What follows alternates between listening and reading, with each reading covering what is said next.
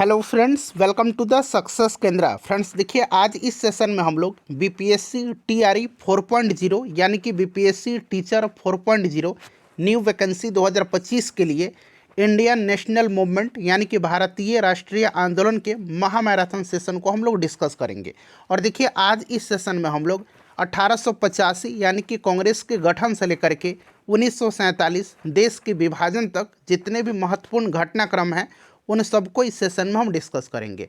देखिए फ्रेंड्स, काफ़ी important session है, इसको ध्यानपूर्वक पूरा देखिएगा।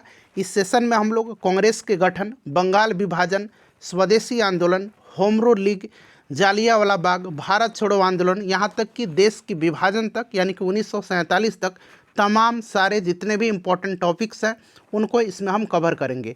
और यहाँ से निश्चित रूप से प्रश्न आपके एग्ज़ाम में देखने को मिलेंगे, इसको पूरा ज़रूर देखिएगा। चैनल को सब्सक्राइब कर लीजिए और जो बगल में बेल आइकन है, घंटी का निशान है, उसको ज़रूर दबा लीजिएगा ताकि जब भी बीपीएससी टीआरई 4.0 से संबंधित कोई भी इम्पोर्टेंट वीडियो अपलोड किया जाए तो उसका नोटिफिकेशन सबसे पहले आपके पास पहुँच जाए। तो चलिए फ्रेंड्स, शुरू करते हैं आज का सेशन। एक बार सभी लोग पहले सेशन को लाइक कर दीजिए और जब इसको कंप्लीट देख लीजिएगा तो कम से कम एक ग्रुप में इसको ज़रूर ही शेयर कर दीजिएगा। तो चलिए शुरू करते हैं अब हम लोग आज का सेशन। टीआरई 4.0 के लिए इंडियन नेशनल मूवमेंट आईएनएम यानी कि भारतीय राष्ट्रीय आंदोलन का जो इम्पोर्टेंट घटनाक्रम है, जी हाँ फ्रेंड्स, 1885 ईस्वी से लेकर के 1947 ईस्वी तक का जो महत्वपूर्ण घटनाक्रम है उनको हम लोग आज एक ही सेशन में डिस्कस करेंगे। और देखिए, ये जो 1885 से 1947 ईस्वी तक का घटनाक्रम है इसको हम लोग 3 पार्ट में डिवाइड करके आज एक सेशन में हम लोग कवर करेंगे। देखिए, पहला पार्ट हम लोग कवर करेंगे उदारवादी चरण यानी कि नरमपंथी विचारधारा 1885 से 1905 तक। फिर दूसरा चरण होगा उग्रवादी चरण यानी कि गर्मपंथी विचारधारा 1905 से 1919 ईस्वी तक। और तीसरा चरण है आपका गांधीवादी चरण यानी कि 1919 से 1947 ईस्वी तक।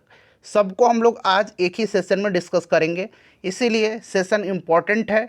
धैर्यपूर्वक और ध्यानपूर्वक इसको देखिएगा।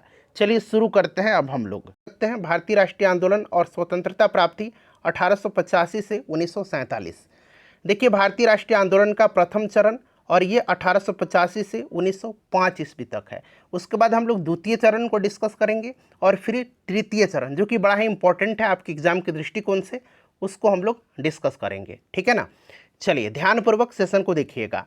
देखिए, भारत में राष्ट्रीय आंदोलन का प्रारंभ 1885 ईस्वी से माना जाता है और तब भारतीय राष्ट्रीय कांग्रेस की स्थापना हुई थी। कब भारतीय राष्ट्रीय कांग्रेस की स्थापना हुई थी?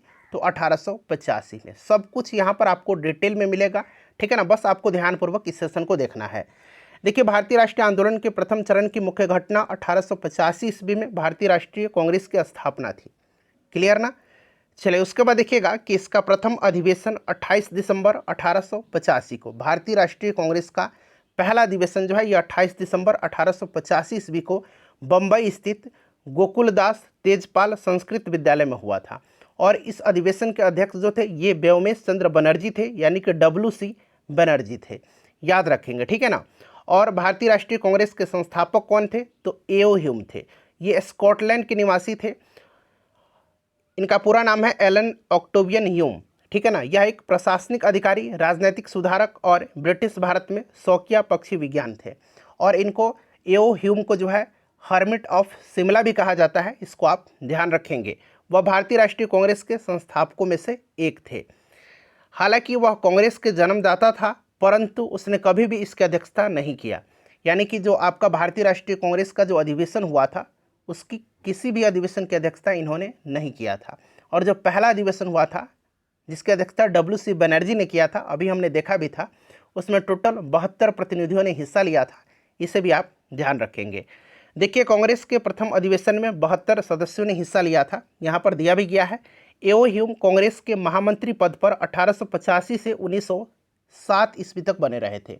प्रश्न बन सकता है, तो आपको याद रखना है एओ ह्यूम कांग्रेस के महामंत्री पद पर 1885 से 1907 ईस्वी तक बने रहे थे। देखिए फ्रेंड्स, मैंने आपको Bihar special history geography cover कराया हुआ है। चलिए, सभी का लिंक डिस्क्रिप्शन में मिलेगा। मैंने प्लेलिस्ट भी इनका बना दिया है, आप चैनल पर चले जाइए और प्लेलिस्ट ओपन करके सभी वीडियोस को देख लीजिएगा। देखिए, भारतीय राष्ट्रीय कांग्रेस का पिता एओ ह्यूम को कहा जाता है और कांग्रेस नेताओं ने अपनी मांगे मनवाने के उद्देश्य से ब्रिटेन में दादा भाई नौरोजी की अध्यक्षता में 1887 ईस्वी में जो है भारतीय सुधार समिति की स्थापना किया था। भारतीय सुधार समिति की स्थापना 1887 में दादा भाई नौरोजी की अध्यक्षता में कहाँ पर, ब्रिटेन में किया गया था। इसे आप ध्यान रखिएगा। 1888 में विलियम डिग्बी की अध्यक्षता में लंदन में ब्रिटिश कमेटी ऑफ इंडिया की स्थापना किया गया था। ये सब आपको न्यू पॉइंट होंगे लेकिन बड़ा ही इंपॉर्टेंट है, ठीक है ना। चलिए, उसके बाद देखिएगा कि 1885 में कांग्रेस की स्थापना के बाद इस एक ऐसे गुट का प्रभाव बढ़ा जिसे उदारवादी गुट कहा जाता है।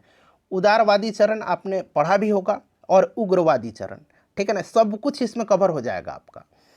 देखिए, उदारवादियों में जो प्रमुख नेता थे ये दादा भाई नौरोजी थे, सुरेंद्र नाथ बनर्जी थे, फिरोज शाह मेहता थे, गोविंद रानाडे, उसके बाद देखेंगे यहाँ पर दीन शाह वाचा, गोपाल कृष्ण गोखले, मदन मोहन मालवीय इत्यादि और भी लोग थे। और देखिए, उदारवादियों का उद्देश्य संवैधानिक तरीके से भारत को स्वतंत्रता दिलाना था और अंग्रेजी शासन की जो न्यायप्रियता में इन उदारवादियों की घोर आस्था थी। चलिए, उदारवादी नेता अपने मांगे प्रतिवेदनों, प्रार्थना पत्रों एवं शिष्टमंडलों के द्वारा सरकार के सम्मुख रखते थे। कांग्रेस के उग्रवादी नेताओं ने उदारवादी नेताओं की इस लचीलेपन व्यवहार के कारण इसे राजनीतिक भिक्षावृत्ति कहा है, ठीक है। और देखिए, 1885 में कांग्रेस प्रथम अधिवेशन में पारित मांगों को विनम्र निवेदन के साथ प्रत्येक अधिवेशन में दोहराती रही। कांग्रेस के उदारवादी नेताओं के आंशिक दबाव के परिणाम स्वरूप 1892 ईस्वी का भारतीय परिषद अधिनियम पारित हुआ, जिसके द्वारा निर्वाचित स्थानीय निकायों को कुछ अधिकार प्रदान किए गए थे। भारतीय राष्ट्रीय कांग्रेस की अध्यक्षता करने वाले प्रथम मुस्लिम अध्यक्ष जो थे ये आपके बदरुद्दीन तैयब जी थे, क्लियर। और प्रथम अंग्रेज अध्यक्ष जो थे ये जॉर्ज यूल थे। ये आपको याद होगा, 1888 और 1887 याद रखेंगे आप, ठीक है ना। चलिए, उसके बाद देखिएगा कि लोक सेवा आयोग की स्थापना, भारत और इंग्लैंड में एक साथ परीक्षा कराने का सहमति, भारतीय व्यय की समीक्षा हेतु बेलबाई आयोग, कौन सा, बेलबाई आयोग की नियुक्ति तथा 1892 ईस्वी का भारतीय परिषद अधिनियम इस चरण यानी कि 1885 से 1905 के राष्ट्रीय आंदोलन की प्रारंभिक उपलब्धियाँ थी। चलिए फ्रेंड्स, उसके बाद देखिए अब आ गया आपका दूसरा चरण। दूसरा चरण आपका 1905 से लेकर के 1919 तक है। फिर आपका 1919 से 1947 तक तीसरा चरण है, जिसको कि गांधी युग भी कहा जाता है। चलिए, अब यहाँ पर दूसरा चरण है, बड़ा इंपॉर्टेंट है दूसरा चरण और तीसरा चरण, पढ़िए। देखिए, राष्ट्रीय आंदोलन के इस चरण को नव राष्ट्रवाद अथवा उग्रवाद के उदय का काल माना जाता है। अभी हम लोग उदारवाद पढ़ रहे थे, अब आ गया उग्रवाद। देखिए, उसी समय स्वदेशी आंदोलन तथा क्रांतिकारी आतंकवाद का सूत्रपात हुआ था। कांग्रेस के गर्मपंथी नेताओं में प्रमुख थे लाल, बाल और पाल, याद रखिएगा। लाल यानी कि आपका लाला लाजपत राय, बाल बाल गंगाधर तिलक और पाल बिपिन चंद्र पाल, और अरविंद घोष का भी नाम साथ साथ याद रखेंगे, ठीक है ना। भारत में उग्रवाद के उदय का श्रेय बाल गंगाधर तिलक को दिया जाता है और इन्होंने उग्र राष्ट्रीय चेतना के विकास में धार्मिक रूढ़िवाद का आश्रय लिया। बाल गंगाधर तिलक ने 1894 ईस्वी में गणपति महोत्सव और 1895 ईस्वी में शिवाजी महोत्सव बम्बई में प्रारंभ किए थे। गणपति महोत्सव और शिवाजी महोत्सव का प्रारंभ किसने किया था, तो बाल गंगाधर तिलक ने, ठीक है ना। देखिए, स्वराज स्वदेशी बहिष्कार का नारा सर्वप्रथम तिलक ने ही दिया था। उसके बाद देखिएगा फ्रेंड्स कि उग्रवादी नेताओं का विश्वास था कि भीख मांगने से कभी स्वतंत्रता नहीं मिल सकती है, उसके लिए स्वावलंबन, संगठन और संघर्ष की आवश्यकता होती है। भारतीय राष्ट्रीय आंदोलन के तृतीय चरण में लाल, बाल, पाल उग्रवाद के तीन प्रमुख स्तंभ कहलाते थे दूसरे चरण में, ठीक है ना। भारत में क्रांतिकारी गतिविधियों का सूत्रपात 1897 ईस्वी में महाराष्ट्र से हुआ था और राष्ट्रीय आंदोलन के द्वितीय चरण में क्रांतिकारी आतंकवाद के प्रमुख केंद्र बंगाल, पंजाब और महाराष्ट्र थे। ये पॉइंट याद रखिएगा, भारत में क्रांतिकारी गतिविधियों का सूत्रपात जो है कहाँ से हुआ था, तो महाराष्ट्र से हुआ था, ठीक है। उसके बाद देखिएगा फ्रेंड्स, अगला है हमारा पॉइंट कि इस चरण में क्रांतिकारियों ने तिलक द्वारा दिए गए नारे अनुनय, विनय नहीं अपितु योत्साह को अपना आदर्श घोषित किया था, ठीक है। ये आप नारा याद रखिएगा। चलिए, उसके बाद देखिए बंगाल विभाजन, बड़ा ही इंपॉर्टेंट है, 1905 में हुआ था। यहाँ हम जानेंगे कि बंगाल में राष्ट्रीय चेतना को नष्ट करने के उद्देश्य से लॉर्ड कर्जन ने जो है 19 जुलाई 1905 को बंगाल विभाजन का निर्णय की घोषणा किया था और फाइनली 16 अक्टूबर 1905 को बंगाल विभाजन प्रभावी हुआ था। बंगाल विभाजन के विरोध में जो है कांग्रेस द्वारा 7 अगस्त 1905 को, ये डेट बड़ा ही इंपॉर्टेंट है, 7 अगस्त 1905 को कलकत्ता के टाउन हॉल में जो है स्वदेशी आंदोलन की घोषणा किया था और साथ ही साथ बहिष्कार प्रस्ताव पारित किया गया था। स्वदेशी आंदोलन की घोषणा कब हुई थी? तो 7 अगस्त 1905 को ये प्रश्न बनता है, ठीक है ना। उसके बाद देखिए 16 अगस्त 1905 को ही संपूर्ण बंगाल में कांग्रेस द्वारा शोक दिवस आयोजित किया गया था। स्वदेशी आंदोलन का विचार सर्वप्रथम कृष्ण कुमार मित्र के पत्र संजीवनी में 1905 में प्रस्तुत किया गया था। नया पॉइंट आपको मिला, ठीक है ना, याद रखिएगा। संजीवनी में 1905 में प्रस्तुत किया गया था कृष्ण कुमार मित्र के पत्र में। उसके बाद देखिए स्वदेशी और बहिष्कार आंदोलन को उग्रपंथी नेता बाल गंगाधर तिलक, लाला लाजपत राय तथा अरविंद घोष ने पूरे देश में फैलाया था। बहिष्कार आंदोलन के अंतर्गत न केवल विदेशी वस्त्रों का बहिष्कार किया गया, अपितु स्कूलों, अदालतों, उपाधियों एवं सरकारी नौकरियों इत्यादि का भी बहिष्कार किया गया था। बंगाल विभाजन के समय बंगाल का लेफ्टिनेंट गवर्नर कौन था? तो ये आपका एंड्रयूज हेंडरसन था या एंडरसन, दोनों तरीके से याद रखिएगा। सर एंड्रयूज हेंडरसन लीथ फ्रेजर था, ये इंपॉर्टेंट है, इसको आप ध्यान रखेंगे, ठीक है। देखिए बंगाल विभाजन के विरोध में हुए प्रारंभिक आंदोलन का नेतृत्व सुरेंद्रनाथ बनर्जी जी ने किया था। किसने किया था? बंगाल विभाजन के विरोध में जो स्टार्टिंग में आंदोलन हुआ था उसका नेतृत्व सुरेंद्रनाथ बनर्जी ने किया था। बंगाल में ब्रिटेन की वस्तुओं का बहिष्कार का सुझाव सर्वप्रथम किसने दिया था? कृष्ण कुमार मित्र ने दिया था। बंगाल विभाजन का मुख्य कारण हिंदू और मुसलमानों को विभाजित करना था। फूट डालो और राज करो, ठीक है ना। उसके बाद देखिए आंध्र प्रदेश के जो डेल्टा क्षेत्र थे, डेल्टा इलाके थे, वहाँ पर स्वदेशी आंदोलन को वंदे मातरम आंदोलन के रूप में भी जाना जाता है। 1911 में दिल्ली दरबार में बंगाल विभाजन को रद्द किया गया था। दिल्ली दरबार हुआ था लॉर्ड हॉर्डिंग द्वितीय के समय में, और वहाँ पर जो है बंगाल विभाजन रद्द किया गया था और राजधानी को कलकत्ता से दिल्ली हस्तांतरित किया गया था। हालांकि दिल्ली राजधानी बनी थी 1912 में, लेकिन स्थानांतरित करने की घोषणा किया गया था कब? 1911 में, जो दिल्ली दरबार हुआ था, ठीक है ना, लॉर्ड हॉर्डिंग द्वितीय के समय में, याद रखिएगा। उसके बाद देखिए स्वदेशी आंदोलन को लोकमान्य तिलक ने पूरे देश में, अजीत सिंह और लाला लाजपत राय ने पंजाब में स्वदेशी आंदोलन का नेतृत्व किसने किया था? तो अजीत सिंह और लाला लाजपत राय। ये प्रश्न बनता है। उत्तर प्रदेश में सैयद हैदर रजा, और उत्तर प्रदेश में इन्होंने किया था, और दिल्ली में सैयद हैदर रजा ने किया था, और मद्रास प्रेसिडेंसी में चिदम्बरम पिल्लई ने किया था। मद्रास प्रेसिडेंसी वाला पूछा जाता है तो चिदम्बरम पिल्लई याद रखिएगा। ब्रिटिश पत्रकार H.W. नेविन्सन स्वदेशी आंदोलन से जुड़े थे। प्रश्न अगर बन जाए कि स्वदेशी आंदोलन से कौन सा विदेशी पत्रकार जुड़ा था, तो याद रखिएगा H.W. नेविन्सन, ठीक है। स्वदेशी आंदोलन के दौरान वंदे मातरम भारतीय राष्ट्रीय आंदोलन का शीर्षक गीत बना था, और स्वदेशी आंदोलन में जो नारे लगाए गए थे वंदे मातरम का, विभाजन नहीं चाहिए और बंगाल एक हो, ठीक है ना, यह आप याद रखेंगे। चलिए फ्रेंड्स, उसके बाद देखिएगा मुस्लिम लीग की स्थापना।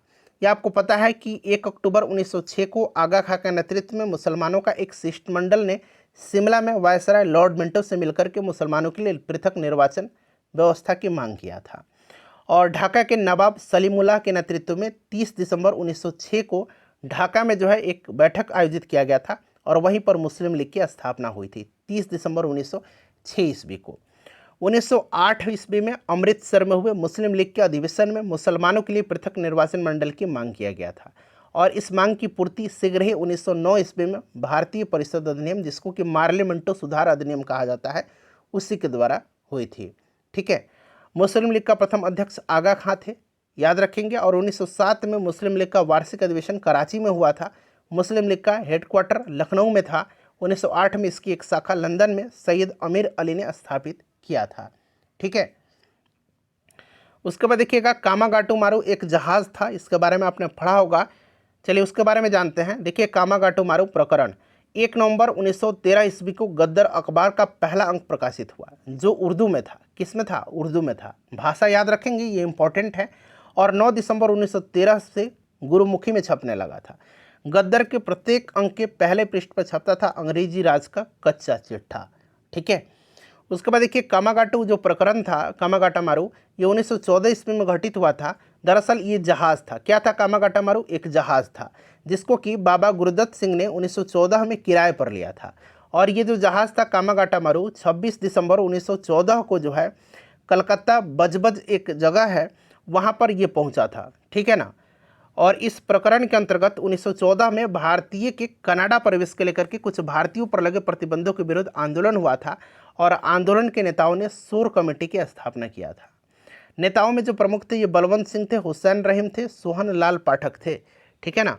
और प्रथम विश्व युद्ध के दौरान भारत में गुरदीप सिंह ने जलपोत किराए पर लेकर के कनाडा के बंदरगाह वैंकूवर की ओर प्रस्थान किया था। चलिए उसके बाद देखिएगा गुरुदत्त सिंह।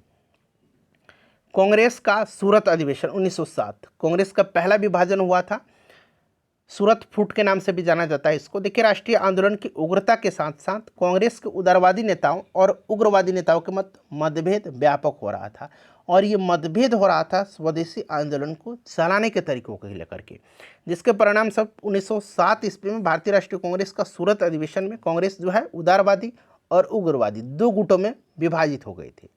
1907 में सूरत अधिवेशन में उग्रवादियों द्वारा पास कराया गया प्रस्ताव स्वदेशी बहिष्कार, राष्ट्रीय शिक्षा और स्वशासन के प्रयोग को लेकर के कांग्रेस में पहला विभाजन हो गया था। 23 दिसंबर 1912 में लॉर्ड हार्डिंग पर दिल्ली में बम फेंका गया था, जिसमें भाई बाल मुकुंद को फांसी दिया गया था। इस तरह का प्रश्न पूछा गया था, अभी पूछा गया था कि जनरल यरस्ट, ठीक है ना, की हत्या तो ये चापेकर बंधु ने किया था। ये प्रश्न बना था टीआरई में, तो ये मैं आपको करवा दूंगा। जितने भी क्रांतिकारी थे और उनको फांसी किस लिए दिया गया था, किस घटना से वे संलिप्त थे, ये सब मैं आपको इसी सेशन में करवाऊंगा। आप धैर्यपूर्वक देखिए इसको। चलो उसके बाद देखिए अब आता है कांग्रेस का सूरत अधिवेशन 1907 में। राष्ट्रीय आंदोलन की उग्रता के साथ उदारवादी नेताओं और उग्रवादी नेताओं के मतभेद, ये मैंने करा दिया, ठीक है ना। ये शायद 2 बार रिपीट हो गया है। हाँ, यहाँ पर ये बाल मुकुंद को फांसी दिया गया था, ये वाला हो गया। अब आ गया लखनऊ पैक्ट। लखनऊ समझौता 1916 में हुआ था, आपको पता है, ठीक है ना। अब यहाँ पर देखेंगे कि 1915 में मोहम्मद अली जिन्ना के व्यक्तिगत प्रयास से बंबई में कांग्रेस और मुस्लिम लीग के अधिवेशन शांत हुए थे और मुस्लिम लीग और कांग्रेस द्वारा नियुक्त समितियों ने मिलकर के एक संयुक्त योजना बनाई जो 1916 ईस्वी के कांग्रेस के लखनऊ अधिवेशन में स्वीकृत हो गई और यही योजना कांग्रेस लीग योजना यानी कि लखनऊ पैक्ट कहलाती है। लखनऊ पैक्ट के द्वारा कांग्रेस ने पहली बार मुसलमानों के लिए पृथक निर्वाचन मंडल की मांग को औपचारिक रूप से स्वीकार कर लिया, जो कालांतर में कांग्रेस की भयंकर भूल सिद्ध हुई थी। उग्रवादी एवं उदारवादी के पुनर्मिलन की प्रक्रिया में एनी बेसेंट और बाल गंगाधर तिलक ने, नाम याद रखिएगा, इन दोनों ने महत्वपूर्ण भूमिका निभाई थी, जबकि मोहम्मद अली जिन्ना और बाल गंगाधर तिलक कांग्रेस लीग समझौता में भूमिका निभाए थे। कांग्रेस के लखनऊ अधिवेशन में महात्मा गांधी जी से ही राजकुमार शुक्ल मिले थे और यहाँ पर इन्होंने जो चंपारण में, जो बिहार में चंपारण है, वहाँ पर जो नील कृषक थे उनकी दयनीय दुर्दशा की तरफ गांधी जी का ध्यान आकृष्ट किया था और उनको चंपारण आने का निमंत्रण दिया था। प्रश्न बना था कि जो आपका ये चंपारण जो आपका नील वाला जो ये दुर्दशा थी, इस पर जो है किस अधिवेशन में ध्यान आकृष्ट किया गया था, तो यही लखनऊ अधिवेशन है, याद रखिएगा। अब आगे आपका होम रूल लीग 1916। सर्वप्रथम आयरलैंड में आयरिश नेता रेडमाउंट के नेतृत्व में होम रूल लीग की स्थापना हुई थी और देखिए 1916 का लखनऊ अधिवेशन होम रूल लीग के सदस्यों के लिए अपनी ताकत दिखाने का एक अच्छा अवसर था, अच्छा मौका था। 28 अप्रैल 1916 को बाल गंगाधर तिलक के द्वारा महाराष्ट्र होम रूल लीग की स्थापना किया गया था, जिसका केंद्र पूना था। और देखिए एनी बेसेंट के द्वारा 1916 में ही सितंबर में मद्रास में Akhil Bharatiya home rule league की स्थापना किया गया था। इस चीज़ को आप दोनों पॉइंट को ध्यान रखेंगे। S Subramaniam Iyer Annie Besant की होम रूल लीग की स्थापना से संबंधित थे। कौन? एस सुब्रमण्यम अय्यर। क्लियर? ये एनी बेसेंट के होम रूल से संबंधित थे। एनी बेसेंट ने अपने दैनिक पत्र न्यू इंडिया और कॉमनविल, यहाँ पर कॉमनवेल्थ नहीं होगा, कॉमनविल होगा, ठीक है ना, साप्ताहिक पत्र कॉमनविल, यहाँ मैं लिख देता हूँ, ये थोड़ा सा टाइपिंग में एरर हुआ होगा, कॉमनविल, ठीक है। कॉमनविल द्वारा होम रूल आंदोलन का प्रचार किया था। पूछा जाता है कि एनी बेसेंट की पत्रिका, तो आपका न्यू इंडिया और कॉमनविल याद रखिएगा। देखिए बाल गंगाधर तिलक के पत्र केसरी, जो कि मराठा में था, मराठी भाषा में था, और मराठा जो था ये अंग्रेजी में था। ये दोनों केसरी और मराठा ने भी इस आंदोलन के प्रचार में अग्रणी कार्य किया था। यह आपका दूसरा चरण भी समाप्त हो गया। अब आता है यहाँ से तीसरा चरण, जो कि VVI है, काफ़ी इंपॉर्टेंट है ये तीसरा चरण। ज़्यादातर प्रश्न यहीं से देखने को मिलते हैं। 1919 से 1947 तक का ये काल है और इसे गांधी युग के नाम से भी जाना जाता है तीसरा चरण को। चलिए शुरू करते हैं फ्रेंड्स। यहाँ पर आप देख सकते हैं कि भारतीय राष्ट्रीय आंदोलन का तीसरा चरण, तृतीय चरण, गांधीवादी युग के नाम से जाना जाता है। 9 फरवरी 1915 को गांधी जी जो है दक्षिण अफ्रीका से इंडिया आए थे और मोहनदास करमचंद गांधी ने गोपाल कृष्ण गोखले को अपना राजनीतिक गुरु बनाया था। महात्मा गांधी जी 1893 में जो है एक गुजराती व्यापारी थे दादा अब्दुल्ला, इन्हीं के मुकदमा लड़ने के लिए दक्षिण अफ्रीका में गए थे और वहाँ पर ये 21 वर्ष रहे थे। भारत वापसी के समय प्रथम विश्व युद्ध चल रहा था और गांधी जी ने ब्रिटिश सरकार की युद्ध के प्रयासों में सहायता किया था। फलतः ब्रिटिश सरकार ने उन्हें कैसरे हिंद से सम्मानित किया था। गांधी जी डरबन से प्रिटोरिया तक रेलवे द्वारा प्रथम श्रेणी के डिब्बों में यात्रा के क्रम में मेरिट्सबर्ग जो है, ठीक है ना, एक जगह है पीटर मेरिट्सबर्ग, नाम है पीटर मेरिट्सबर्ग, वहाँ पर गांधी जी को जो है श्वेत लोगों के द्वारा ट्रेन से नीचे फेंका गया था। और 1904 में इन्होंने जो है फिनिक्स आश्रम की स्थापना किया था डरबन में। गांधी जी की दृष्टि में अहिंसा का अर्थ सत्य की प्राप्ति का रास्ता है, इसे ही रामराज्य कहते हैं। गांधी जी का जन्म देख लीजिएगा, आपको पता है 2 अक्टूबर 1869 को गुजरात के पोरबंदर में हुआ था और 13 वर्ष की आयु में कस्तूरबा गांधी के साथ इनका विवाह हुआ था।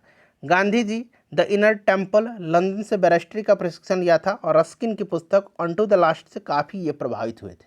ठीक है, इस पुस्तक के अनुसार व्यक्ति का कल्याण सबके कल्याण में ही निहित है। इसी आधार पर सर्वोदय की अवधारणा का इन्होंने प्रतिपादन किया था। ठीक है ना। चलिए उसके बाद देखिए फ्रेंड्स कि गांधी जी ने भारत वापस आने पर 1916 में अहमदाबाद के समीप साबरमती नदी के तट पर साबरमती आश्रम की स्थापना किया था।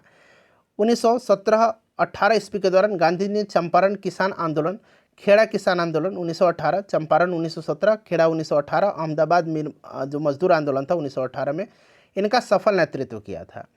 चंपारण में गांधी जी के साथ राजेंद्र प्रसाद थे, मजहरुल हक, महादेव देसाई, नरहरि पारिक, जेबी कृपलानी। ये नाम बड़ा इंपॉर्टेंट है, ये नाम याद रखिए। ये चंपारण सत्याग्रह के समय गांधी जी के सहयोगी रहे थे। चंपारण सत्याग्रह के अन्य नेता भी थे ब्रजकिशोर प्रसाद, अनुग्रह नारायण सिंह और शंभू शरण वर्मा। राजकुमार शुक्ल का भी नाम आप याद सकते हैं, राजेंद्र प्रसाद का नाम दिया ही गया है। ठीक है, अहमदाबाद मिल स्ट्राइक में अनुसुईया साराभाई ने गांधी जी का साथ दिया था। ठीक है, सारे के सारे एक एक पॉइंट इंपॉर्टेंट है। देखिए, खेड़ा सत्याग्रह में गांधी जी के साथ सरदार वल्लभ भाई पटेल, नरहरि पारिक, मोहनलाल पांड्या और रविशंकर व्यास थे। भारत का पहला असहयोग आंदोलन खेड़ा सत्याग्रह। ठीक है, चलो उसके बाद देखिएगा कि धर्मनिरपेक्ष लेखकों में गांधीवादी विचारधारा को थोरो, रस्किन और टॉल्स्टॉय ने सबसे अधिक प्रभावित किया था, ये राइटर थे। और देखिए अब आया रॉलेट एक्ट 1919 ईस्वी, थोड़ा सा यहाँ पर स्पष्ट नहीं दिख रहा होगा लेकिन मैं बता देता हूँ, रॉलेट एक्ट लिखा गया है 1919। और रॉलेट एक्ट के बारे में आपको पता ही है, इसको जो है काला कानून कहा जाता है। चलिए पढ़ते हैं इसको। क्रांतिकारी राष्ट्रवादी भावनाओं को कुचलने के लिए 1918 ईस्वी में गठित सर रॉलेट समिति की सिफारिशों के आधार पर जो है आपका 1919 ईस्वी में केंद्रीय विधान परिषद के द्वारा एक विधेयक पारित किया गया था जिसे रॉलेट एक्ट दिया गया था। और इस एक्ट के द्वारा अंग्रेजी सरकार जिसको चाहे जब तक बिना मुकदमा चलाए जेल में बंद रख सकती है। यह कानून जनता की सामान्य जो स्वतंत्रता था उस पर प्रत्यक्ष जो है आपका कुठाराघात था, उस पर प्रतिबंधित कर रहा था जो स्वतंत्रता है उसको। और इसी कारण जो है भारतीय जनता ने इसको काला कानून कह करके कटु आलोचना किया था। ठीक है, उसके बाद देखिएगा कि the anarchical and revolutionary crime act 1919 को सामान्य बोलचाल में रॉलेट एक्ट कहा जाता है। याद रखिएगा, anarchical and revolutionary crime act 1919 को ही क्या कहा जाता है, रॉलेट एक्ट कहा जाता है। ठीक है, रॉलेट एक्ट के विरोध में स्वामी श्रद्धानंद ने लगान न देने का आंदोलन चलाने का सुझाव दिया था। किसने? स्वामी श्रद्धानंद ने।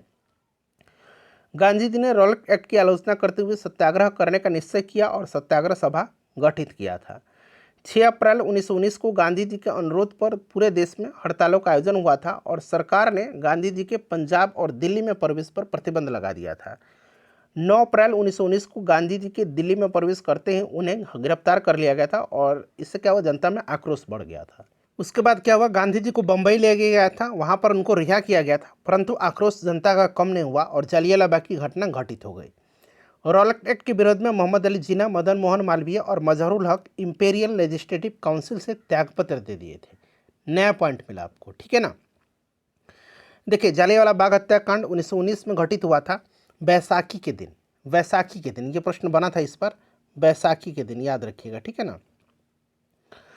देखिए फ्रेंड्स, जालियांवाला बाग का नरसंहार जो था ये मॉन्टेग्यू ने निवारक हत्या के नाम से विशेषीकृत किया था। रॉलेट एक्ट के विरोध में जगह जगह पर पंजाब में जनसभाएं आयोजित की जा रही थी और इस दौरान सरकार ने पंजाब के लोकप्रिय नेता जो थे डॉक्टर सैफुद्दीन किचली और डॉक्टर सत्यपाल, इनको गिरफ्तार कर लिया था और इन्हीं की गिरफ्तारी की विरोध करने के लिए, ठीक है ना, 13 अप्रैल 1919 को एक जनसभा अमृतसर में जालियांवाला बाग में आयोजित किया गया था। अमृतसर के फौजी कमांडर जनरल डायर ने इस सभा को घेर करके निहत्थी भीड़ पर गोलियां चलवा दी थी। इस हत्याकांड के संदर्भ में सरकारी रिपोर्ट के अनुसार 10 मिनट तक हुई गोलीबारी में लगभग 400 व्यक्ति मारे गए थे और 2000 लोग घायल हो गए थे। इस हत्याकांड ने राष्ट्र की सोई हुई जो आत्मा थी उसको झकझोर दिया था और राष्ट्रीय आंदोलन की दिशा परिवर्तित कर दिया था। इस हत्याकांड के विरोध में रविन्द्रनाथ टैगोर ने अपनी नाइटहुड की उपाधि भी त्याग दिया था। वायसराय की कार्यकारिणी के जो सदस्य थे शंकरन नायर, इन्होंने भी त्यागपत्र दे दिया था। शंकर नायर या शंकरन नायर, याद रखिएगा। जमनालाल बजाज ने राय बहादुर की उपाधि लौटा दिया था। और इस हत्याकांड के विरुद्ध बढ़ते जन असंतोष से भयभीत सरकार ने लॉर्ड हंटर की अध्यक्षता में एक जांच समिति का गठन किया था, जिसको कि हंटर कमीशन यानी कि हंटर आयोग के नाम से जाना जाता है। हंटर आयोग की रिपोर्ट के अनुसार जनरल डायर के कृत्य को वैध ठहराया गया था, लीगल ठहराया गया था। ठीक है, चलिए उसके बाद देखिएगा खिलाफत आंदोलन 1919 से 1924। प्रथम विश्व युद्ध के दौरान ब्रिटेन और उसके सहयोगियों के द्वारा जो तुर्की था वहाँ पर काफ़ी अत्याचार ने मुसलमानों के एक वर्ग को गहरा आघात पहुँचाया था और उसके परिणाम स्वरूप 1919 में जो है अखिल भारतीय खिलाफत कमेटी का गठन किया गया था। अंग्रेज के विरुद्ध खिलाफत आंदोलन प्रारंभ किया गया था। खिलाफत आंदोलन भारतीय मुसलमानों द्वारा ब्रिटेन के खिलाफ तुर्की के समर्थन में हुआ था। याद रखिएगा, खिलाफत दिवस 17 अक्टूबर 1919 को मनाया गया था। हिंदू और मुसलमानों की संयुक्त बैठक जिसकी अध्यक्षता गांधी जी ने किया था 23 नवंबर 1919 में। भारत के मुसलमान तुर्की के सुल्तान को खलीफा मानते थे और प्रथम विश्व युद्ध के समय ब्रिटेन ने वचन दिया था कि वे तुर्की को नुकसान नहीं पहुंचाएंगे। लेकिन ब्रिटिश सरकार ने तुर्की का विघटन करने का निश्चय किया। गांधी जी असहयोग चलाने की सलाह दिए। खिलाफत कमेटी ने इलाहाबाद में इस सलाह को स्वीकार कर लिया और गांधी जी ने भारतीय राष्ट्रीय कांग्रेस को खिलाफत आंदोलन को समर्थन देने के लिए और साथ साथ असहयोग आंदोलन चलाने के लिए भी तैयार कर लिए गए। ठीक है ना। और देखिए नवंबर 1919 में कांग्रेस और मुस्लिम लीग के साथ दिल्ली में अखिल भारतीय खिलाफत सम्मेलन हुआ था, जिसमें गांधी जी को सर्वसम्मति से सम्मेलन का अध्यक्ष चुना गया था।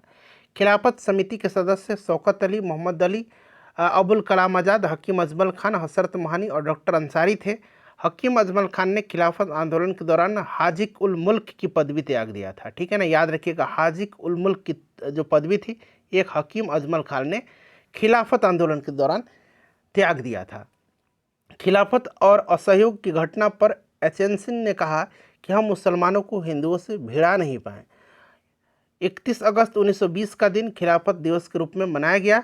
ठीक है ना। उसके बाद देखिएगा कि असहयोग आंदोलन अब यहाँ पर 1 अगस्त 1920 से 12 फरवरी 1922 ईस्वी तक असहयोग आंदोलन का संचालन स्वराज की मांग को लेकर के हुआ था और 1920 में नागपुर अधिवेशन में असहयोग प्रस्ताव चित्तरंजन दास ने प्रस्तावित किया था। ठीक है, पॉइंट नोट करेंगे, इंपॉर्टेंट है। लाला लाजपत राय की अध्यक्षता में, ये भी इंपॉर्टेंट है, लाला लाजपत राय की अध्यक्षता में हुए कलकत्ता कांग्रेस अधिवेशन में 1920 में ही गांधी जी ने असहयोग आंदोलन के प्रस्ताव पारित करवाया था। गांधी जी द्वारा चलाया गया प्रथम जन आंदोलन जो है असहयोग आंदोलन को माना जाता है। ठीक है, गांधी जी के द्वारा असहयोग आंदोलन 1 अगस्त 1920 को प्रारंभ किया गया था। शिक्षा संस्थाओं का असहयोग आंदोलन में के समय सर्वाधिक बहिष्कार बंगाल में हुआ था। ठीक है, देखिए इस आंदोलन के दौरान अनेक वरिष्ठ वकीलों जिसमें कि मोतीलाल नेहरू, लाला लाजपत राय, सरदार वल्लभ भाई पटेल, पंडित जवाहरलाल नेहरू, चित्तरंजन दास, विट्ठल भाई पटेल, ये सब नाम आप याद रखिएगा। सी राजगोपालाचारी, सैफुद्दीन किचलू, अरुणा सफली, टी प्रकाशम और राजेंद्र प्रसाद थी। इन्होंने न्यायालयों का बहिष्कार कर इस आंदोलन में भागीदारी इन्होंने अपना दिया था। देखिए इस आंदोलन के दौरान गांधी जी ने अपनी जो कैसर हिंद की उपाधि थी उसको लौटा दिया था, वापस कर दिया था। असहयोग आंदोलन के दौरान गांधी जी को यरवड़ा जेल में बंद किया गया था। 17 नवंबर 1921 को प्रिंस ऑफ वेल्स के भारत आगमन पर संपूर्ण भारत में सार्वजनिक हड़ताल का आयोजन किया गया था। सरकार का दमन चक्र भी आंदोलनकारियों को रोक नहीं पाया। अंततः सरकार ने कांग्रेस और खिलाफत कमेटी पर प्रतिबंध लगाते हुए अली बंधुओं और पंडित मोतीलाल नेहरू, चित्तरंजन दास, लाला लाजपत राय, मौलाना आज़ाद, इन सबको गिरफ्तार कर लिया। देखिए फरवरी 1922 में गांधी जी ने वायसराय को एक पत्र लिख करके धमकी भी दिया था कि यदि 1 हफ्ते के अंदर सरकार की उत्पीड़न नीतियाँ वापस नहीं ली गई तो व्यापक सविनय अवज्ञा आंदोलन प्रारंभ किया जाएगा। और इस घटना से गांधी जी अत्यंत आहत हो गए और देखिए ये 12 फरवरी 1922 को असहयोग आंदोलन की समाप्ति की घोषणा किया था। दरअसल चौरा चौरी के कांड से ये काफ़ी आहत हुए थे। ठीक है ना, इस चीज़ को आप याद रखिएगा। 4-5 फरवरी 1922 को यह आपका चौरा चौरी कांड हुआ था। कांग्रेस के सदस्य जो असहयोग आंदोलन के विरुद्ध थे मोहम्मद अली जिन्ना थे, एनी बेसेंट और बिपिन चंद्र पाल थे। ठीक है, याद रखिएगा।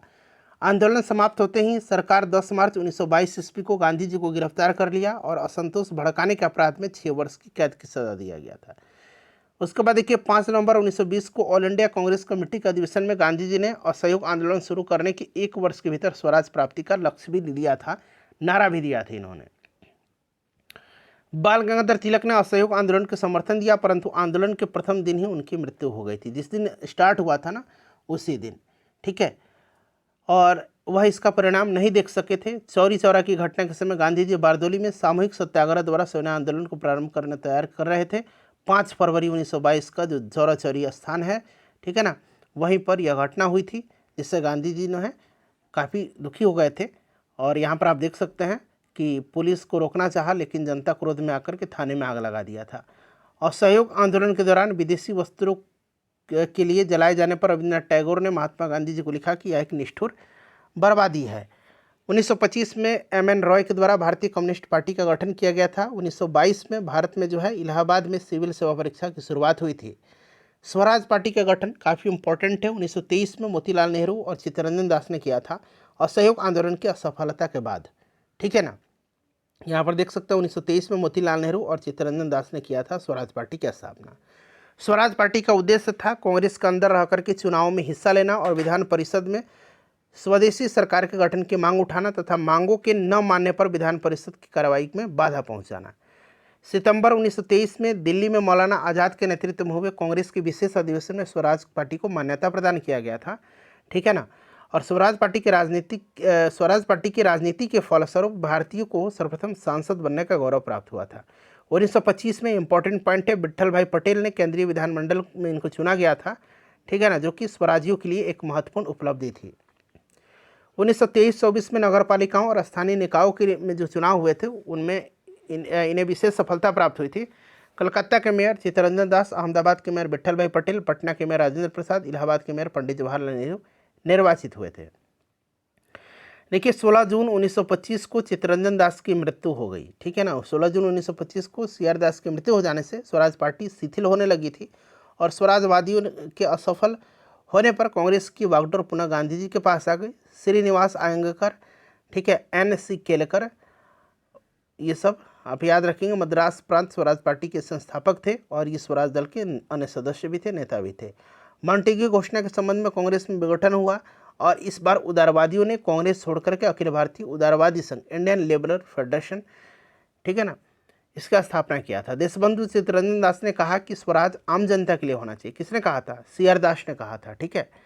चलिए 1922 में गांधी जी के द्वारा असहयोग आंदोलन समाप्त कर दिए जाने के पश्चात देश में राजनीतिक गतिविधियों के अभाव में उत्साही नवयुवक निराशा से पुनः क्रांतिकारी गतिविधियों को उन्मुख हुए और इस दौर में क्रांतिकारी आंदोलन 2 धाराओं में विकसित हुई थी, एक पंजाब, उत्तर प्रदेश, बिहार और दूसरा बंगाल में, ठीक है। उसके बाद देखिए उत्तर भारत की क्रांतिकारी नेताओं में सत्येंद्र नाथ सान्याल, राम प्रसाद बिस्मिल और चंद्रशेखर आज़ाद काफ़ी चर्चित रहे थे।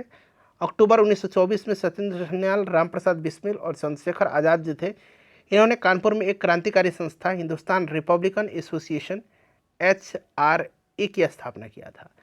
फिर देखिए इस संस्था के द्वारा 9 अगस्त 1925 को उत्तर रेलवे के लखनऊ सहारनपुर संभाग का जो काकोरी नामक है जगह है, वहाँ पर जो है 8 टाउन ट्रेन पर जो है डकैती किया था। खजाना इन्होंने लूट लिया और यह घटना काकोरी कांड के नाम से चर्चित है। उसके बाद यहाँ पर देखिएगा थोड़ा सा छोटा है बट मैं पढ़ करके बता देता हूँ। सरकार ने काकोरी कांड के षड्यंत्र में शामिल जो क्रांतिकारी थे उनको अभियुक्त बनाया था। इसमें राम प्रसाद बिस्मिल, अशफाक उल्ला खान, रोशन लाल और राजेंद्र लाहिड़ी को फांसी दिया गया था, ठीक है ना। ये पूछा जाता है फांसी किसको दिया गया था, तो राम प्रसाद बिस्मिल, अशफाक उल्ला खान, रोशन लाल और राजेंद्र लाहिड़ी को। इस कांड से जो आपका HRA संस्था था उसका अस्तित्व समाप्त हो गया। फिर चंद्रशेखर आज़ाद के नेतृत्व में सितंबर 1928 में दिल्ली का फिरोज शाह कोटला मैदान था, वहाँ पर हिंदुस्तान सोशलिस्ट रिपब्लिकन एसोसिएशन की स्थापना हुई थी।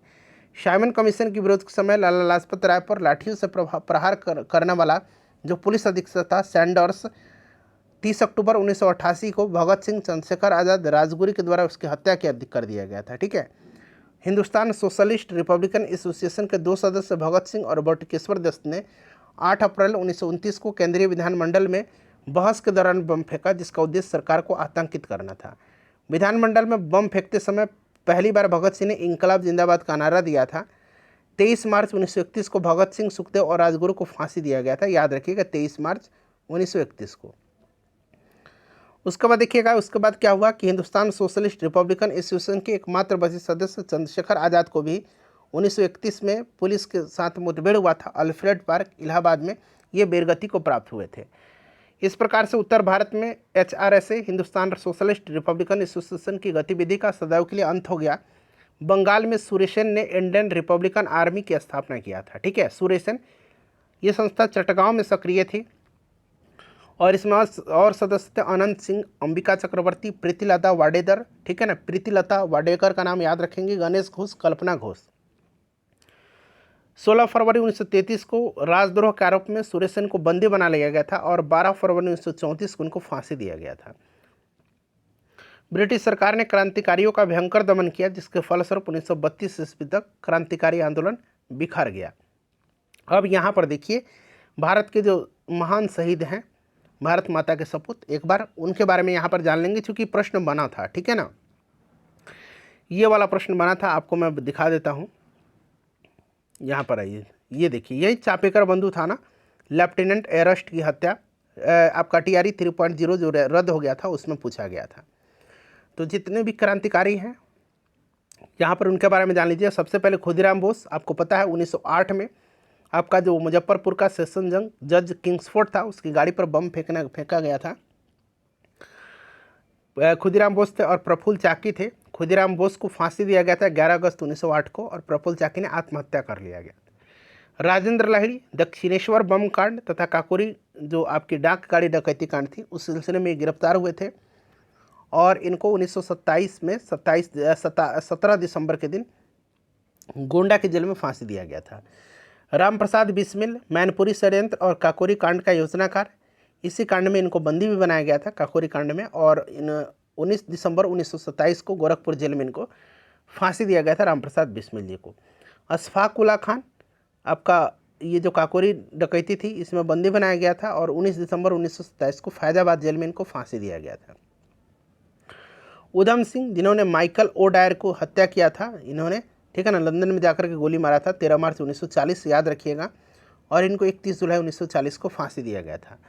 भगत सिंह सैंडर्स की हत्या और अप्रैल 1929 में जो केंद्रीय विधानसभा था वहाँ पर बम फेंकने के सिलसिले में इनको गिरफ्तार किया गया था और सैंडर्स हत्या केस में इनको मौत की सज़ा सुनाई गई थी। 23 मार्च 1931 को फांसी दिया गया था इनको, भगत सिंह, सुखदेव और राजगुरु को। ठीक है, चलिए उसके बाद देखिए, चंद्रशेखर आज़ाद, आपको पता है कि काकोरी जो आपकी ट्रेन डकैती थी, इसका मुख्य अभियुक्त और अंग्रेजी सरकार ने इन्हें जिंदे या मुर्दा पकड़ने के लिए 30,000 रुपये का पुरस्कार की घोषणा किया गया था। अल्फ्रेड पार्क इलाहाबाद में ये शहीद हुए थे 1931 27 फरवरी। मास्टर अमीन चंद्र, इनको कहा जाता है दिल्ली षड्यंत्र के प्रमुख क्रांतिकारी थे और वायसराय लॉर्ड हार्डिंग की हत्या करने के आरोप में इनको जो है बंदी बनाया गया था। 1915 में जो है इनके 4 साथियों के साथ इनको फांसी दी गई थी 8 मई 1915 को। उसके बाद देखिए अवध बिहारी बोस, ये भी आपके दिल्ली षड्यंत्र केस और लाहौर बम कांड के आरोपी थे और इनको जो है फरवरी 1914 ईस्वी में बंदी बनाया गया था। 8 मई 1915 को इनको फांसी दिया गया था। दामोदर चापेकर, ठीक है ना, ये चापेकर बंधु थे, इन्होंने प्लेग कमिश्नर रैंड और लेफ्टिनेंट एरस्ट की हत्या के सिलसिले में अपने भाइयों के साथ इनको गिरफ्तार किया गया था और इनको जो है फांसी दिया गया था। यहाँ पर आप देख सकते हैं 18 अप्रैल 1898 को। फिर इनके भाई बालकृष्ण चापेकर को जो है 12 मई 1899 को, वासुदेव चापेकर को 8 मई 1899 को। ठीक है ना, मदन लाल ढींगरा, इन्होंने करजन वायली की हत्या किया था। तो ये सब याद रखिएगा। वासुदेव बलवंत फड़के, यहाँ पर देखिए एक सशस्त्र सेना बनाकर के ब्रिटिश सरकार के विरोध के कारण इनको जो है गिरफ्तार कर लिया गया था। करतार सिंह सराबा, गदर पार्टी के सक्रिय कार्यकर्ता और लाहौर सैनिक षड्यंत्र के नेता। ठीक है ना, ये सब आप याद रखेंगे। अनंत कन्हारे, नासिक में, ये बड़ा इंपॉर्टेंट है, नासिक में जो आपका जैक्सन का हत्या हुआ था इसी में ये अभियुक्त बनाए गए थे और 19 अप्रैल के दिन इनको फांसी दिया गया था। सुभाष चंद्र बोस, ठीक है ना, इनके बारे में यहाँ पर आप देख सकते हैं 1945 में इनकी वायुयान दुर्घटना में मृत्यु हो गई थी। हालांकि इसका कोई अभी प्रमाण नहीं मिला है ठोस। विष्णु गणेश पिंगल 1915 23 मार्च विस्फोटक बमों के साथ गिरफ्तार किए गए थे। ब्रजकिशोर चक्रवर्ती, मिदनापुर के जिला मजिस्ट्रेट बर्ज पर गोली चलाने के आरोप में इनको गिरफ्तार किया गया था। कुशाल कुंवर, ब्रिटिश सैनिक गाड़ी को पटरी से उतारने के संदेह में इनको गिरफ्तार किया गया था। उसके बाद देखिएगा यहाँ जगन्नाथ सिंधे, ठीक है ना, सोलापुर में थाने पर हमले हुआ था, वहाँ पर इनको अभियुक्त बनाया गया था। सूर्यसेन मास्टरदा, ठीक है, इस चीज़ को आप याद रखिएगा कि सूर्यसेन को जो है आपको 1930 ईस्वी में चिटगांव स्थित ब्रिटिश शस्त्रागार पर आक्रमण में भाग लेने के कारण गिरफ्तार किया गया था इनको, ठीक है।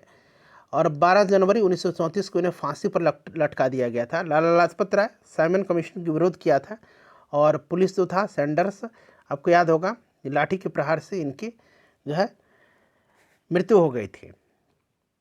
चलिए उसके बाद देखिए अब आया आपका साइमन कमीशन।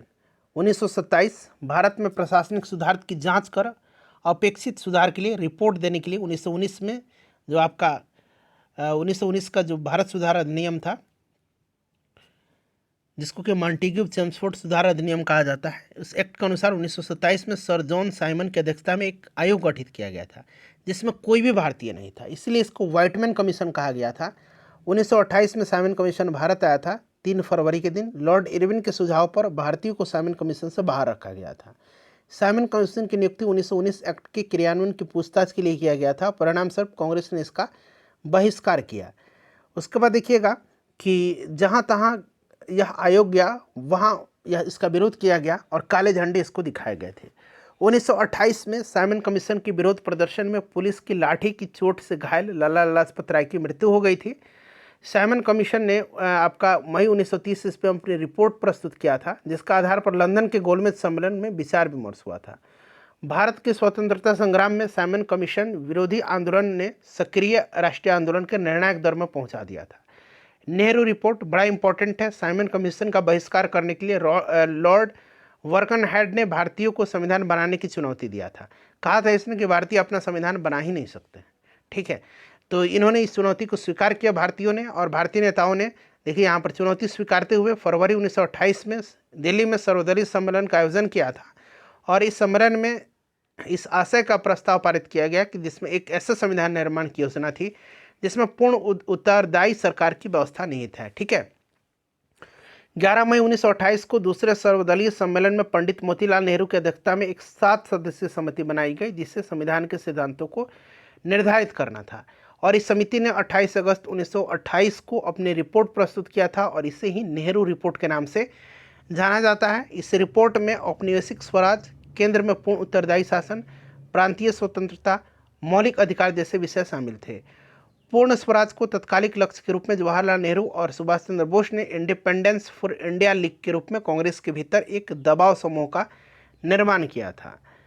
देखिए पूर्ण स्वराज का लक्ष्य 1928 में लखनऊ में हुए सर्वदलीय सम्मेलन में नेहरू रिपोर्ट पर विचार हुआ। मोहम्मद अली जिन्ना ने इस रिपोर्ट को अस्वीकार कर दिया था, लेकिन कांग्रेस में सुभाष चंद्र बोस और पंडित जवाहरलाल नेहरू ने डोमिनियन स्टेट की जगह पूर्ण स्वराज को कांग्रेस का लक्ष्य बनाने का आकांक्षा प्रस्तुत किया था, ठीक है। नेहरू रिपोर्ट पर कलकत्ता में कांग्रेस अधिवेशन में पूर्ण स्वराज और डोमिनियन स्टेट को लेकर के मतभेद की स्थिति उत्पन्न हो गई, जिससे गांधी जी ने हस्तक्षेप करके सुलझाया था। गांधी जी के प्रस्ताव के अनुसार सरकार को 1 वर्ष का समय दिया गया और चेतावनी दी गई कि यदि 1 वर्ष के भीतर नेहरू रिपोर्ट में प्रस्तावित संवैधानिक योजना को स्वीकार कर डोमिनियन स्टेट प्रदान न किया गया तो कांग्रेस पूर्ण स्वराज से कम किसी भी प्रस्ताव पर समझौता नहीं करेगी। यहाँ पर देखिए जिन्ना फॉर्मूला। मुस्लिम लीग के नेता मोहम्मद अली जिन्ना ने नेहरू रिपोर्ट में मुसलमानों के लिए पृथक निर्वाचन मंडल की सुविधा न दिए जाने के कारण मुसलमानों की 14 सूत्रीय मांगों का प्रपत्र जारी किया था और इसे ही जिन्ना का 14 सूत्री फार्मूला कहा जाता है। देखिए इस जो मांग थी इस फार्मूले में, इसमें मुख्य मांग क्या थी, तो मुसलमानों के लिए आपका पृथक निर्वाचन की सुविधा, केंद्रीय तथा प्रांतीय विधानमंडल में जो थे मंत्रिमंडलों में मुसलमानों के लिए 1/3 प्रतिनिधि, मुस्लिम बहुमत वाले प्रांत का पुनर्गठन, राज्य के सभी सेवाओं मुसलमानों के लिए पदों का आरक्षण। कांग्रेस का लाहौर अधिवेशन बड़ा ही इंपॉर्टेंट है फ्रेंड्स। कांग्रेस द्वारा ब्रिटिश सरकार को दी गई आपकी 1 वर्ष की समय सीमा जो डोमिनियन स्टेट की स्थापना के संदर्भ में दिया गया था वो समाप्त हो जाने के पश्चात 31 दिसंबर 1929 को लाहौर में कांग्रेस का अधिवेशन आयोजित हुआ था। पंडित जवाहरलाल नेहरू ने इसकी अध्यक्षता किया था, इस अधिवेशन के अध्यक्ष थे, ठीक है। और इन्हीं की अध्यक्षता में जो है कांग्रेस ने नेहरू रिपोर्ट को निरस्त घोषित कर दिया। इस अधिवेशन में पंडित जवाहरलाल नेहरू ने उद्घोषणा की कि आज हमारा केवल एक लक्ष्य है, स्वाधीनता का लक्ष्य। मैं समाजवादी हूँ, गणतंत्रवादी हूँ, पूर्ण स्वतंत्रता ही भारत की जनता का लक्ष्य है।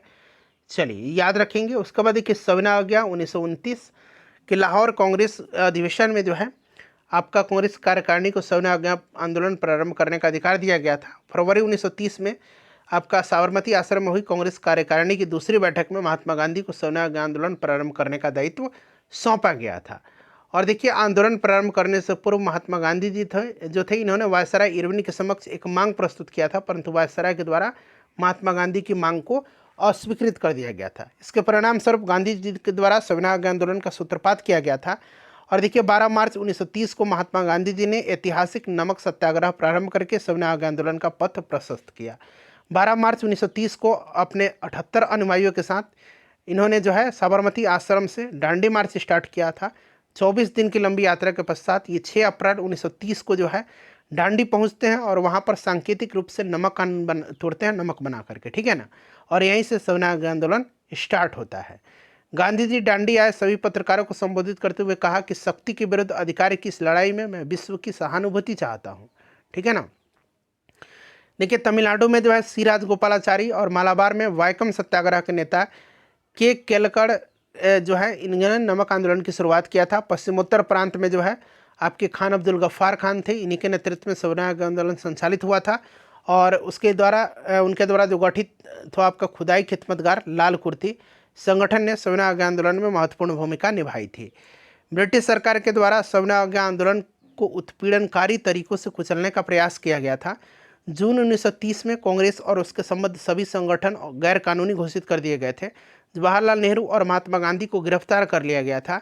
नमक कानून के उल्लंघन पर गांधी जी को भी जो है आपको गिरफ्तार करके यरवड़ा जेल रखा गया था। तत्पश्चात आंदोलन का नेतृत्व अब्बास तैयब जी के हाथों में आया था। और देखिए बेब मिलर एक अमेरिकी पत्रकार थे जिसने गांधी जी के जो डांडी मार्च था उस समय साबरमती आश्रम में इनको गांधी जी ने ठहराया था। सुभाष चंद्र बोस ने नमक सत्याग्रह की तुलना नेपोलियन के एल्बा से पेरिस यात्रा से किया है, ठीक है ना। चलिए अब देखिए ये गोलमेज सम्मेलन आता है। पहला गोलमेज सम्मेलन 1930 में हुआ था, याद रखिएगा। दूसरा हुआ था 1931 में और तीसरा हुआ था 1932 में। 3 गोलमेज सम्मेलन हैं, राउंड टेबल कॉन्फ्रेंसेस हैं। पहला गोलमेज सम्मेलन जो है ये 12 नवंबर 1930 से 13 जनवरी 1931 के बाद लंदन में आयोजित हुआ था। और यह ऐसी वार्ता थी जिसमें ब्रिटिश शासकों द्वारा भारतीयों को बराबर का दर्जा प्रदान किया गया था। इस गोलमेज सम्मेलन में 89 मेंबर्स ने 13 ब्रिटिश राजनीतिक दलों के शेष 76 भारतीय, जिसमें आपको उदारवादी दल, मुस्लिम लीग, हिंदू महासभा, दलित, व्यापारी वर्ग, ये सब थे। कांग्रेस ने हिस्सा नहीं लिया था, ठीक है। इस सम्मेलन का उद्घाटन ब्रिटेन के सम्राट जॉर्ज पंचम ने किया था और अध्यक्षता प्रधानमंत्री रैमजे मैकडोनाल्ड ने किया था। सम्मेलन में हिस्सा लेने वाले प्रमुख नेता तेज बहादुर शाहपुर थे, मोहम्मद अली, मोहम्मद शफी, आगा खां, फजलुल हक, मोहम्मद अली जिना, होमी मोदी, M.R. जयकर। ये नाम आप याद रखिएगा, तेज बहादुर शाहपुर, M.R. जयकर, मुंजे, बाबा साहब अम्बेडकर, इन्होंने तीनों में भाग लिया था, ठीक है ना। सुंदर सिंह मजीठिया भी थे। गांधी इरविन समझौता ये 5 मार्च 1931 को हुआ था, ठीक है ना। एक समझौता हुआ था महात्मा गांधी और वायसराय लॉर्ड इरविन के बीच और इसी को गांधी इरविन समझौता के नाम से जाना जाता है। इस समझौते के फलस्वरूप कांग्रेस ने अपनी तरफ से सविनय अवज्ञा आंदोलन समाप्त करने की घोषणा किया था और गांधी जी द्वितीय गोलमेज सम्मेलन में भाग लेने के लिए तैयार हुए। गांधी इरविन समझौते को दिल्ली समझौता भी कहा जाता है, इस चीज़ को आप ध्यान रखिएगा। दूसरा गोलमेज सम्मेलन मैंने बताया था 1931 में हुआ था और इस सम्मेलन में कांग्रेस के एकमात्र प्रतिनिधि के रूप में गांधी जी ने हिस्सा लिया था, ठीक है। यह सम्मेलन सांप्रदायिक समस्या पर विवाद के कारण पूरी तरह से असफल रहा था। फलस्वरूप गांधी जी ने जो है आपके इस सम्मेलन में 1931 को समाप्त घोषित कर दिया गया था और गांधी जी रिटर्न आए थे, निराश होकर के वापस आए थे। यहाँ पर आप देख सकते हैं निराश गांधी जी वापस बम्बई आ गए। भारत आकर के उन्होंने वायसराय वेलिंगटन से मिलना चाहा, परंतु वायसराय ने मिलने से इनको इनकार कर दिया और विवश होकर के गांधी जी ने पुनः सविनय अवज्ञा आंदोलन को स्टार्ट कर दिया था। सविनय अवज्ञा आंदोलन प्रारंभ होते ही सरकारी दमन चक्र तेज हो गई।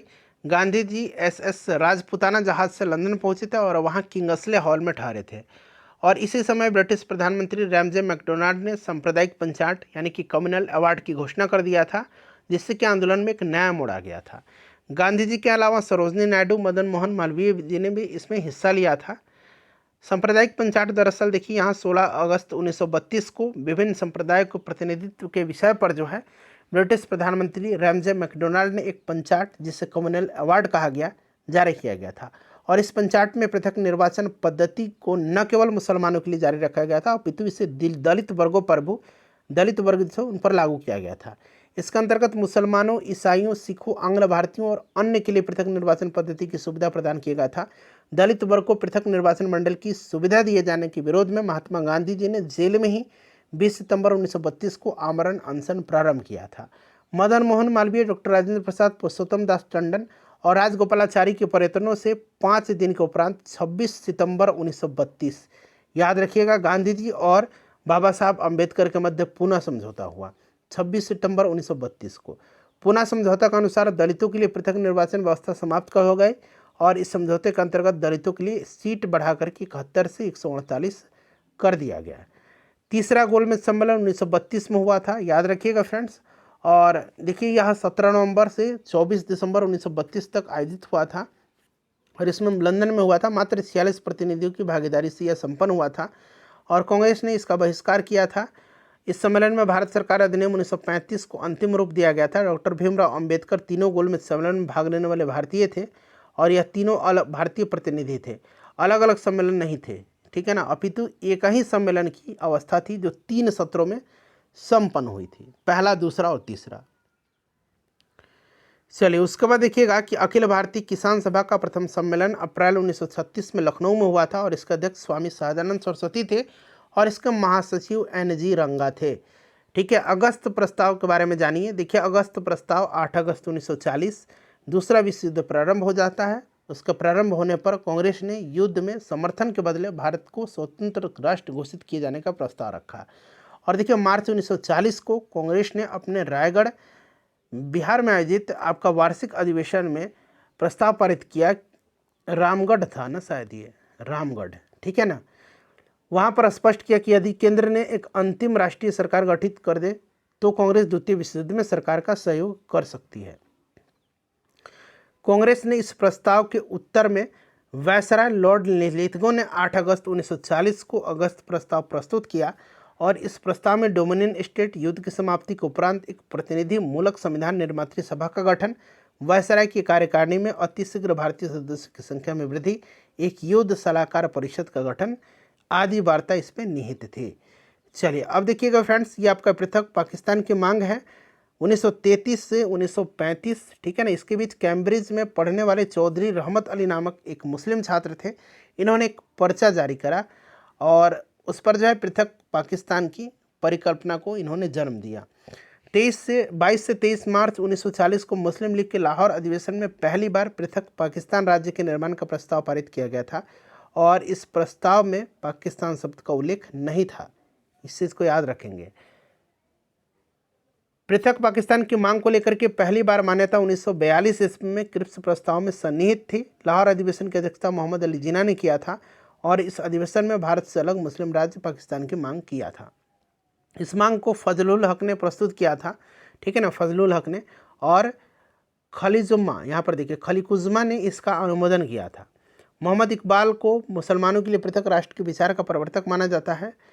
क्रिप्स प्रस्ताव 1942, ठीक है ना, दूसरा विश्व युद्ध के दौरान अमेरिकी राष्ट्रपति रूजवेल्ट, ऑस्ट्रेलिया प्रधानमंत्री ER, ठीक है, और चीनी राष्ट्रपति चियांग काई शेक ने ब्रिटिश प्रधानमंत्री विंस्टन चर्चिल पर दबाव डाला कि वह भारतीयों का युद्ध में सहयोग प्राप्त करें। इसके लिए उन्होंने उनकी आकांक्षाओं का अनुकूल विचार विमर्श करे। परिणाम क्या हुआ कि ब्रिटिश सरकार ने भारत के राजनीतिक और वैधानिक गतिविधि को दूर करने के लिए स्टैफोर्ड क्रिप्स के नेतृत्व में मिशन भारत भेजा था और इसी को क्रिप्स मिशन के नाम से जाना जाता है। 22 मार्च 1942 को भारत पहुंच करके सभी दलों से भेंट करने के पश्चात कुछ प्रस्ताव प्रस्तुत किए गए थे, जैसा औपनिवेशिक राज्य की स्थापना, संविधान का गठन, प्रांतों का पृथक संविधान बनाने का अधिकार, ये सब, ठीक है। और देखिए कांग्रेस और मुस्लिम लीग दोनों ने क्रिप्स प्रस्ताव को अस्वीकृत कर दिया था। क्रिप्स मिशन के साथ कांग्रेस के आधिकारिक वार्ताकार पंडित जवाहरलाल नेहरू और मौलाना अबुल कलाम आज़ाद थे। व्यक्तिगत सत्याग्रह ये आपको गांधी जी ने आपको स्टार्ट किया था, ठीक है, 17 अक्टूबर 1940 को, याद रखेंगे। महाराष्ट्र में पवनार से प्रथम सत्याग्रही विनोबा भावे, दूसरे सत्याग्रही जवाहरलाल नेहरू और तीसरे सत्याग्रही ब्रह्मदत्त। तीसरे सत्याग्रही का नाम इंपॉर्टेंट है, याद रखेंगे, ठीक है ना।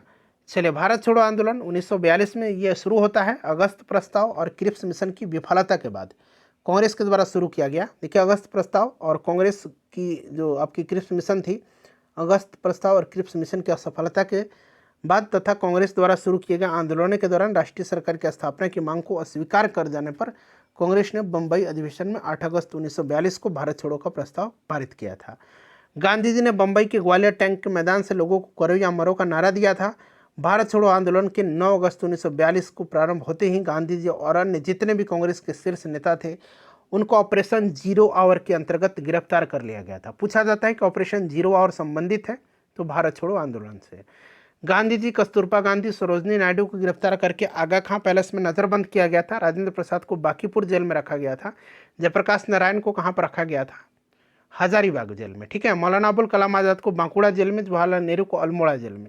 ठीक है।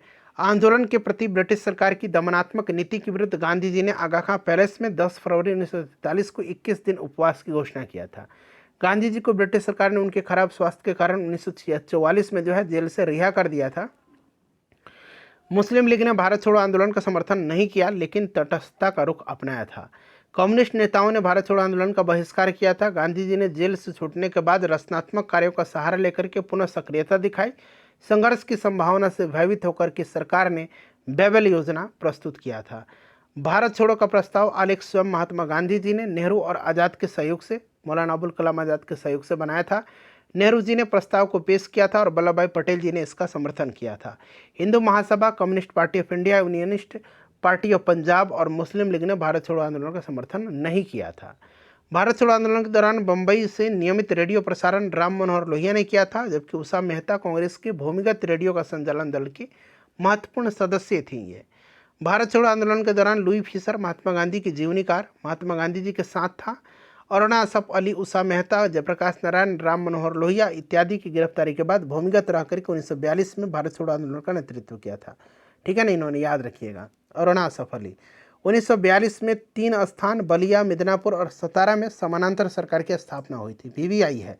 भारत छोड़ो आंदोलन के दौरान उषा मेहता ने खुफिया रेडियो का संचालन किया था, ये भी इंपॉर्टेंट है। ठीक है ना। चलिए उसके बाद देखिएगा बेबल योजना।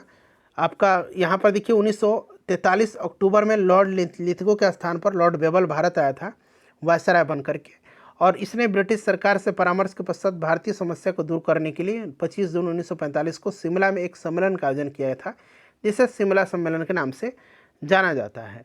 ठीक है। शिमला सम्मेलन में लॉर्ड बेबल के द्वारा भारतीय समस्या का नवीन हल प्रस्तुत किया गया, जिसे बेबल योजना के नाम से जाना जाता है।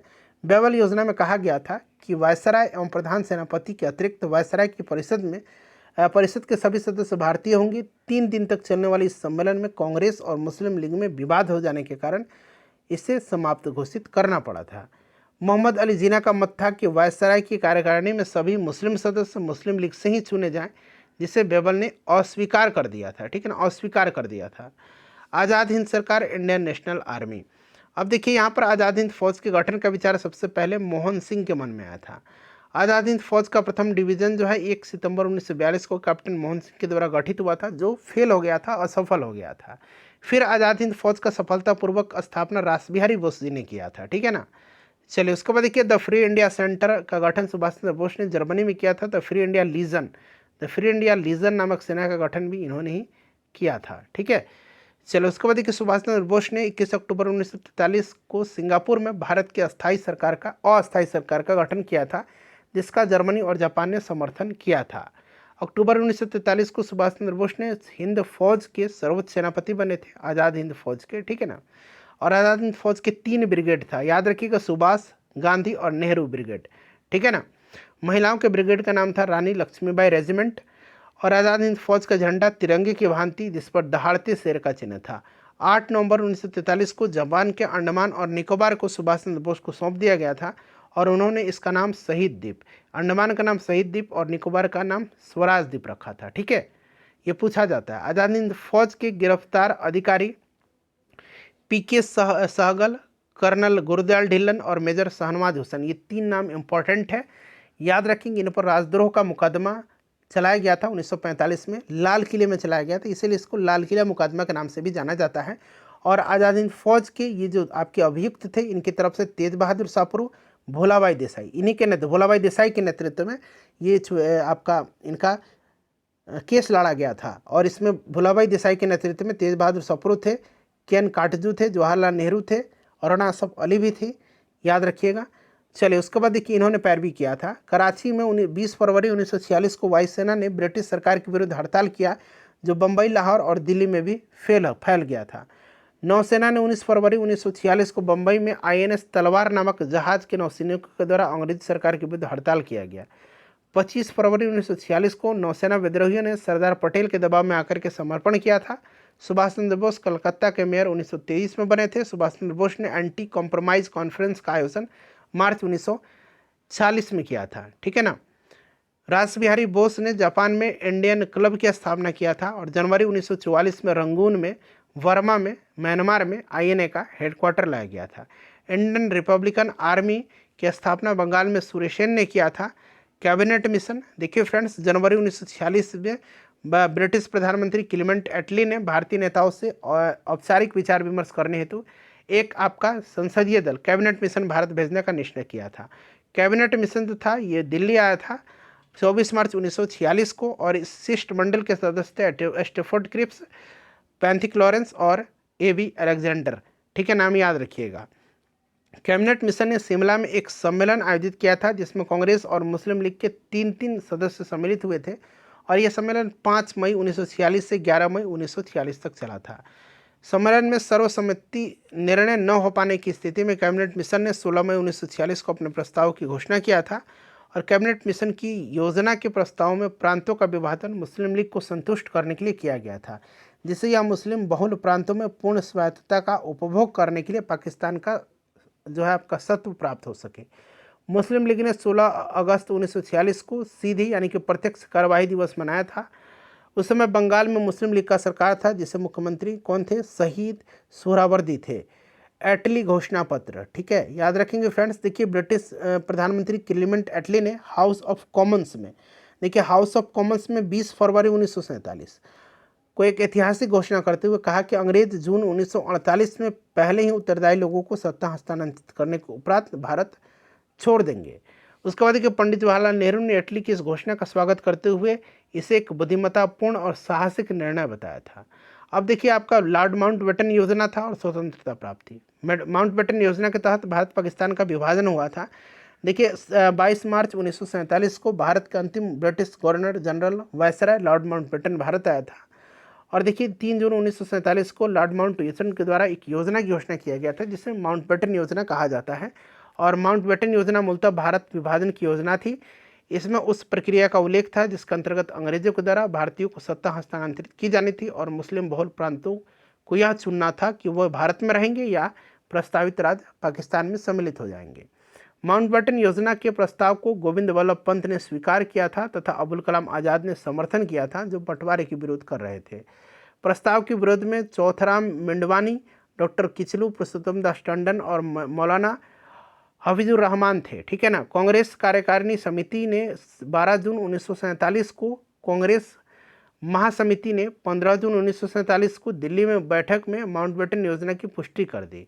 माउंटबेटन योजना के आधार पर ब्रिटिश संसद ने 18 जुलाई 1947 ईस्वी को भारतीय स्वतंत्रता अधिनियम 1947 पारित किया और इस अधिनियम द्वारा 15 अगस्त 1947 को भारत विभाजन हुआ और 14 से 15 अगस्त 1947 की मध्यरात्रि के समय भारत स्वतंत्र हो गया।